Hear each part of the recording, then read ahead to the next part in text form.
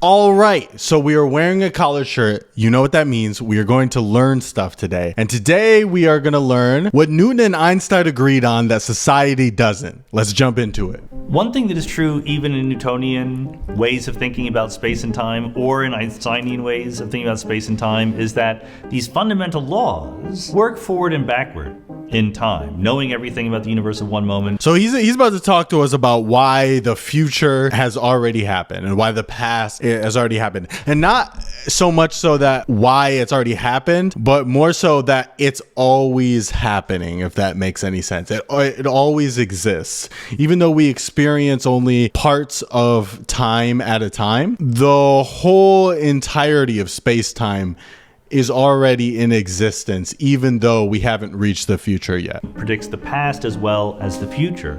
That's because what we think of as the fundamental laws of physics do not have a directionality to time. They treat the past and future the same. But there's clearly... We experience time as if it's moving forward from past to future. But there's nothing to say that time is inherently that way. It's just our experience of it. And why do we experience that way? I don't know. I don't know if that's completely understood in physics, but what is understood is time itself is somewhat of an illusion. A direction to time in the world. I remember what I was doing yesterday. I might guess what I'm going to do tomorrow, but I don't remember it in the same way. I have no photographs or memory books of the future. What is going on with that? And the answer is it's not the fundamental laws of physics. It's the collective behavior of many, many things in the universe that start out in a special state. I'm Sean Carroll. I am a physicist and philosopher at Johns Hopkins University, host of the Mindscape podcast, and also author of a bunch of books, most recently the Biggest Ideas in the Universe series, including Space-Time in Motion and Quanta and Fields. What is the nature of time? Isaac Newton, you may have heard, was a smart fellow. I've heard of him. And one of the interesting things when you invent a whole new way of doing physics, if you're right and it becomes successful, then later on people kind of take it for granted. They're like, yeah, this is how the world works or whatever. But at the time, you're still very careful. And Newton was himself super duper careful about all the assumptions that went into his theory and what their implications were, and so on. One part of classical mechanics is the idea of space and time both separately existing and being absolute. There is a meaningfulness to that. There is no preferred position in the universe. You can be anywhere you want. The laws of physics work the same. There's not even a preferred velocity to the universe. This was figured out by Galileo, and Newton kind of took it on board. If you started everything moving... I think you can understand why society hasn't latched on to this idea in their everyday life. Even as a physicist, I feel like understanding this concept, it still feels somewhat foreign to you. Like you're not going to really change the way you view time in your day-to-day life. You're still going to think about the future and remember the past. That's something we can't really change because we can't choose where we are but the present. For whatever reason, we're always experiencing the present. We're not 4D creatures. We're three-dimensional creatures in a super three-dimensional world. You know, there's more than three dimensions in our universe. But for whatever reason, we are just evolved to be three-dimensional creatures. Is it possible to have a four-dimensional being? I don't know. But we can still understand the concept that just because of our experience is one way, it doesn't dictate how the universe is outside of that experience. Moving at 1 mile per hour to the left, the world will look exactly the same. There's no actual frame of rest that you can measure. But there is space. And there is time, and everyone agrees on what those two things mean. When I say I am 1 mile away from a certain other point, everyone in the universe agrees. You are 1 mile away. Yes, that is correct. When I snap my fingers and say, at the moment I snap my fingers, a certain thing is happening in Los Angeles, everyone agrees that indeed, at that moment, that's a well-defined concept to say what is happening at some point far away. Not just Los Angeles, but Alpha Centauri or the Andromeda Galaxy. Turns out, those assumptions are not quite right. And there was a journey to get there, as it often is. It started in the 1800s with the invention of electromagnetism. So there are all these new phenomena that people were thinking about since Ben Franklin flew his kite and studied lightning coming down. It was James Clerk Maxwell who put the whole story together after work by people like Faraday and Ampere and so forth. And what he realized is there's two fields pervading the universe, an electric field and a magnetic field. And he wrote down some equations that these fields obey, and they sort of play with each other and push around charged particles and things like that. People were very happy at the existence of electromagnetism. They started thinking about what it all meant, and what they realized is that the sort of way that space and time are treated in Maxwell's theory of electromagnetism is different than the way they are apparently treated in Newton's theory. In particular, Maxwell's equations predicted a special velocity. There's no special velocity in Newtonian mechanics. Every velocity is created the same. Maxwell says there is something called the speed of light. It is the speed at which waves in the electromagnetic fields move, and naively, you look at the equations, and everyone measures the same value for the speed of light. It's a constant of nature. How can it possibly be the case that everyone measures the same speed for light, even if they're moving with respect to each other? So something I've always found fascinating is, why is the speed of light the fastest thing in the universe? Like, why is light so special? You have all these other types of energy, but out of all of them, light is the constant in our universe, which is the limit to which anything, any single object or photon can travel. There are other universes. What it would be like to have some other limit set on that universe? What if it was much slower? Like, even if the speed of light in that universe was much slower, what would that look like? What would that change of the universe? Would it change anything at all? Would everything just be scaled down from that speed? It's just a really interesting concept to me that we have like a specific number, a specific velocity that we can measure and we can plug into equations that's always the same, and that's the limit to which anything can travel in our universe. For a long time, for decades, physicists bashed their heads against this problem. They came up with very elaborate schemes to get rid of it. And it was Einstein, Albert Einstein, in his great paper in 1905, who first said, you should get rid of the idea of these waves traveling through a medium. You should think of the electromagnetic waves as really being the thing that exists, and when the equations tell you everyone measures the speed of light the same, that's because they do. Take that seriously. All you have to do is entirely rejigger your thoughts about what space and time are. And in fact, it wasn't until 2 years later when Hermann Minkowski, who was a mathematician who had been one of Einstein's professors, said, the right way to think about Einstein's theory is to say that space and time aren't separate anymore. To imagine there's one thing called space-time, and different people, different observers moving in different ways through the universe will divide it up into space and time differently. There's no objective true fact about, when I snap my fingers now, what's happening light years away. That's going to depend on who's doing the observing and who's doing the measuring. It can all be explained very beautifully by imagining a single four-dimensional space-time instead of separate space. I think that's why it's so, that's where the disconnect is to being naturally intuitive. When we think about something that's 4D, when we think about multiple points in time existing on its own plane, like we can draw a three-dimensional diagram. Sure, a two-dimensional diagram is way easier to work with, but we can still draw a three-dimensional diagram and still sort of picture that. But when we have a four-dimensional diagram where one three-dimensional space is just a single point on that four-dimensional diagram, that's when it just like sort of blows your mind. And it's so hard for you to imagine space-time is one singular realm rather than two separate things. Space-time is one thing. That's where it starts to get a little bit freaky. Einstein himself was not impressed by this move. Einstein was a hilarious character because he was a physicist's physicist. He was very mathematically adept. Don't believe the stories that Einstein wasn't good at math in school. He was very good at it, but he wasn't in it for the math. He was in it for the physics. So he learned as much math as he needed.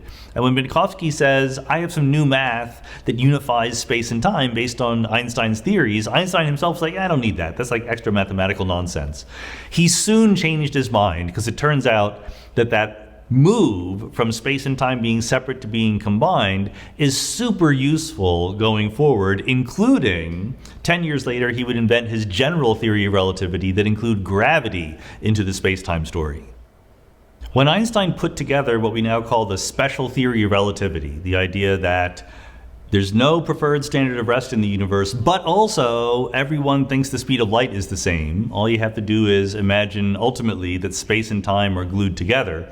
That was a radical reworking of the framework of physics. Newton's idea of separate space and separate time, absolute and agreed upon by everyone, had been there for hundreds of years. And when you do that, when you say, okay, I'm going to completely invent space and time, in part because I want to match this wonderful theory we have, Maxwell's theory of electricity and magnetism, you have to go back to everything that was a success in your previous way of doing things and say, does it still work?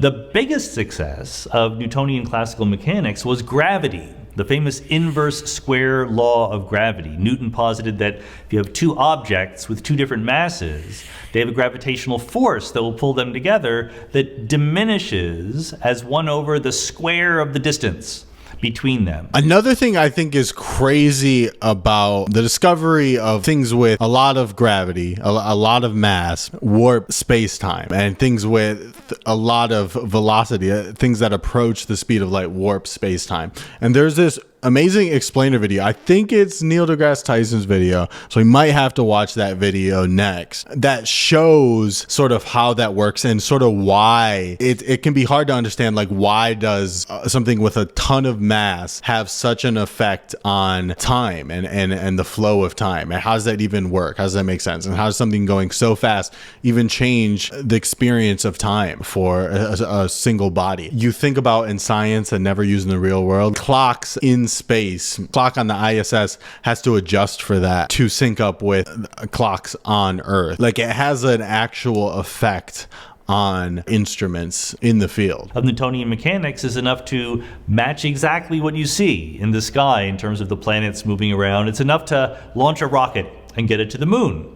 So Einstein comes along and says, well, okay, can I make a version of Newton's theory of gravity that is compatible with my new theory of special relativity? And after trying, he said, no, I can't. You have to do something much more dramatic. And what he realized is that gravity is a special force of nature. Maxwell talks about electricity and magnetism. If I want to know what the electric field is at one point in space, it's very easy to do. I put a positively charged particle, a negatively charged particle, they get pushed in opposite directions by the electric field. But Einstein realized that every particle reacts the same way to gravity. If I have a very heavy particle and a very light particle, and I drop them, Galileo showed that they drop at exactly the same rate. They're not pushed around in a different way. And that's kind of interesting because gravity isn't just like other forces. It's actually the warping of space-time itself. So it's actually changing the fabric of the universe. Because of that, gravity seems to disappear if you only look at it in a tiny region of the universe. If you were in a sealed box and you were dropping things and going, oh, I have gravity here, you don't know that for sure. Maybe you're in a rocket ship and the rocket is accelerating and you're being tricked into thinking you have gravity. So Einstein, because he's Einstein, he's very smart, you or I would go, that's interesting. But he says, I think what that means is that gravity is not a force on top of space-time. It's a feature of space-time itself. What feature could it be? Well, my ex-professor Minkowski says that space-time has a geometry. It's one combined thing, and there are equations telling me how particles move in it. Maybe that geometry is curved. curved. Maybe it's not like a flat tabletop like Euclidean geometry. Maybe it's warped and bent and dynamical and changes in response to the existence of mass and energy and things like that. It's a good idea to have. It takes you a lot of effort and a lot of mathematical work to figure it out. So 10 years later, in 1915, Einstein finally completes what we call the general theory of relativity. And the general theory of relativity says space-time is a four-dimensional thing. That four-dimensional thing has a geometry. It's pushed around by matter and energy, and we experience the curvature of space-time as the force of gravity.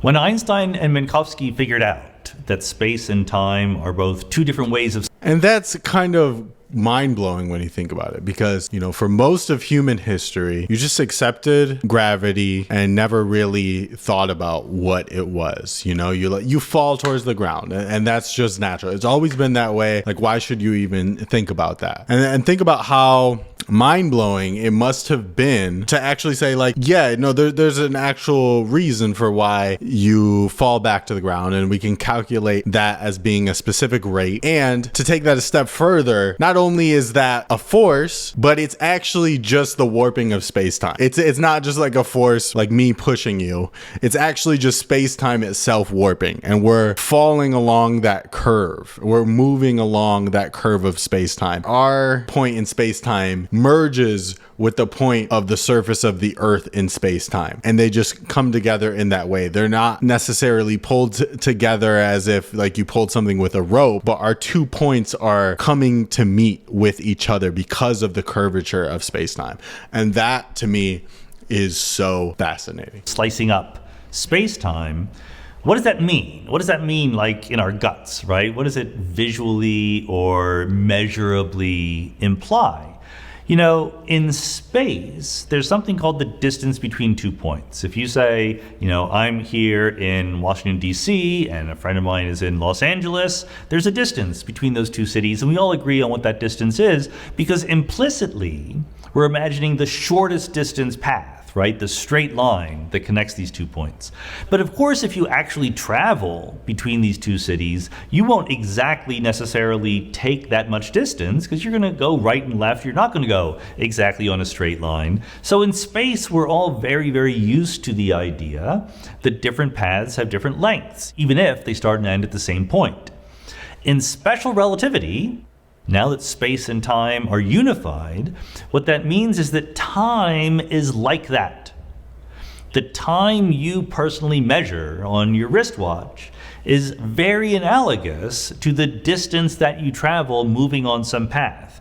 What that means is that rather than being a universal thing that everyone agrees on, time depends on the trajectory you take through the universe.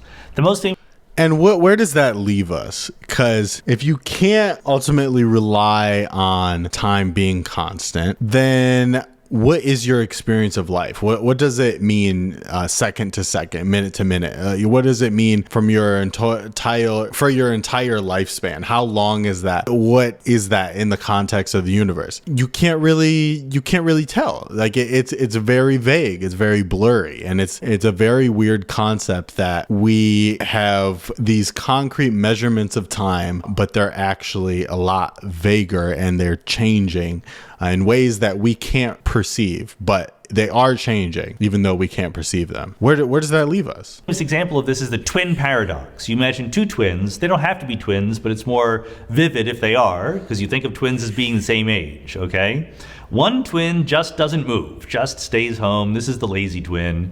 And they get older, like the rest of us all do.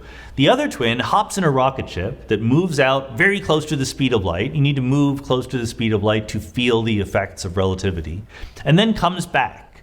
And so they left at the same time. They were the same age. They come back to the same point in space and the same point in time. But the twin who traveled is now younger. The twin who traveled has experienced less time. than the twin who stayed home. And the reason why is because they took different paths through space-time. Space and time... It makes sense when you're measuring it, but when it comes to the actual experience of it, if you didn't have any clocks, imagine if you were sitting in a room and your twin was sitting in another room and one of you was moving towards the speed of light, so therefore time was slowing down. The person who's in the room moving close to the speed of light, maybe they experience a lot less time than the other person, but even their experience of time without any clocks in like a dark room is very subjective. It's not something that you can really map out. People have spent time in dark rooms and with, noise cancellation and things like that, and they would say that 5 minutes felt like an hour. Our experience of time itself, even if we were able to measure it, is very warped. So that muddies it even more. But obviously you can measure it. You can have two clocks in those rooms and they would show different times. But our internal clock is not something that we can really trust as much as we think we can. Are similar to each other, but not exactly the same. That's why in space, the shortest distance path is a straight line. But in time, the longest time path is the straight line. The twin who stays stationary and doesn't move, that's moving in a straight line through space-time, that's the one that feels more time pass before the other twin comes back. When people hear this stuff about relativity and moving through space and things, what they want to say is, oh, so you're saying that time moves more slowly when you're traveling near the speed of light. No, I do not want to say that. I very much do not want to say that. What is the rate at which time moves? It is 1 second per second.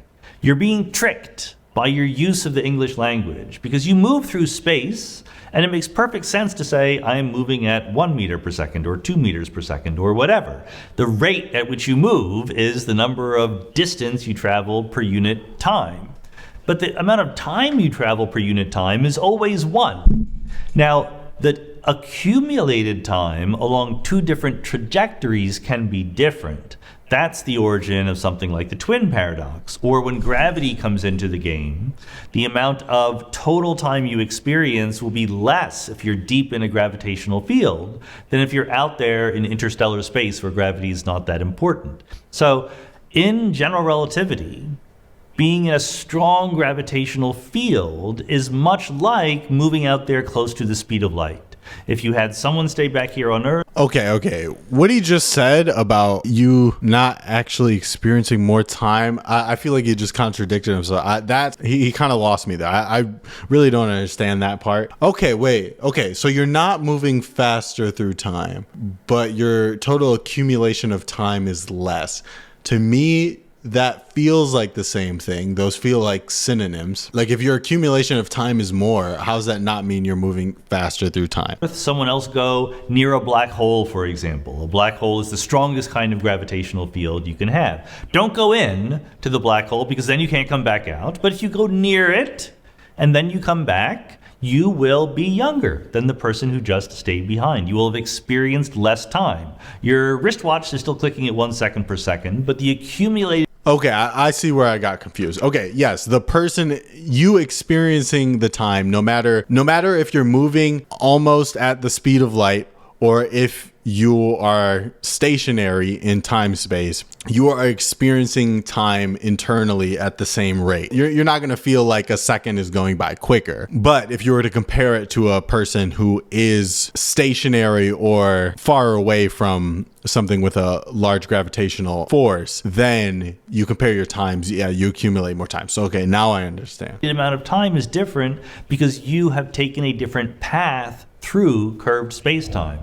In Interstellar, the Christopher Nolan movie, this was wonderfully illustrated. Kip Thorne, who is a Nobel Prize-winning physicist, was the executive producer and one of the instigators of that movie, and he put all of his physics knowledge in there about wormholes and black holes and gravity and time travel. So up until the very last scenes, when they're in the library and everything goes haywire, all the physics in that movie is completely respectable. One thing that is true even in Newtonian ways of thinking about space and time, or in Einsteinian ways of thinking about space and time, is that these fundamental laws work forward and backward. in time. Knowing everything about the universe at one moment predicts the past as well as the future. That's because what we think of as the fundamental laws of physics do not have a directionality to time. They treat the past and future the same. But there's clearly a direction to time in the world. I remember what I was doing yesterday. I might guess what I'm going to do tomorrow, but I don't remember it in the same way. I have no photographs or memory books of the future. I was younger. I will always be older in the future. What is going on with that? I wonder if it was ever possible for evolution to go the other way. And what I mean by that is, could there be a conscious being who experiences death first and then their future is their birth? So they're going opposite directions to what life forms on Earth feel today. And what would that be like? And the answer is, it's not the fundamental laws of physics. It's the collective behavior of many, many things in the universe that start out in a special state. It goes back to the idea of entropy from the 1800s, the idea of the disorderliness of a system, the randomness, the disorganization, and entropy increases with time. That's the famous second law of thermodynamics. Why does entropy increase with time? Because there are more ways for a system to be arranged in a high entropy configuration than a low entropy one, by definition. And the universe started in a very special low entropy state. Nobody knows why that is true. This is a mystery to cosmology.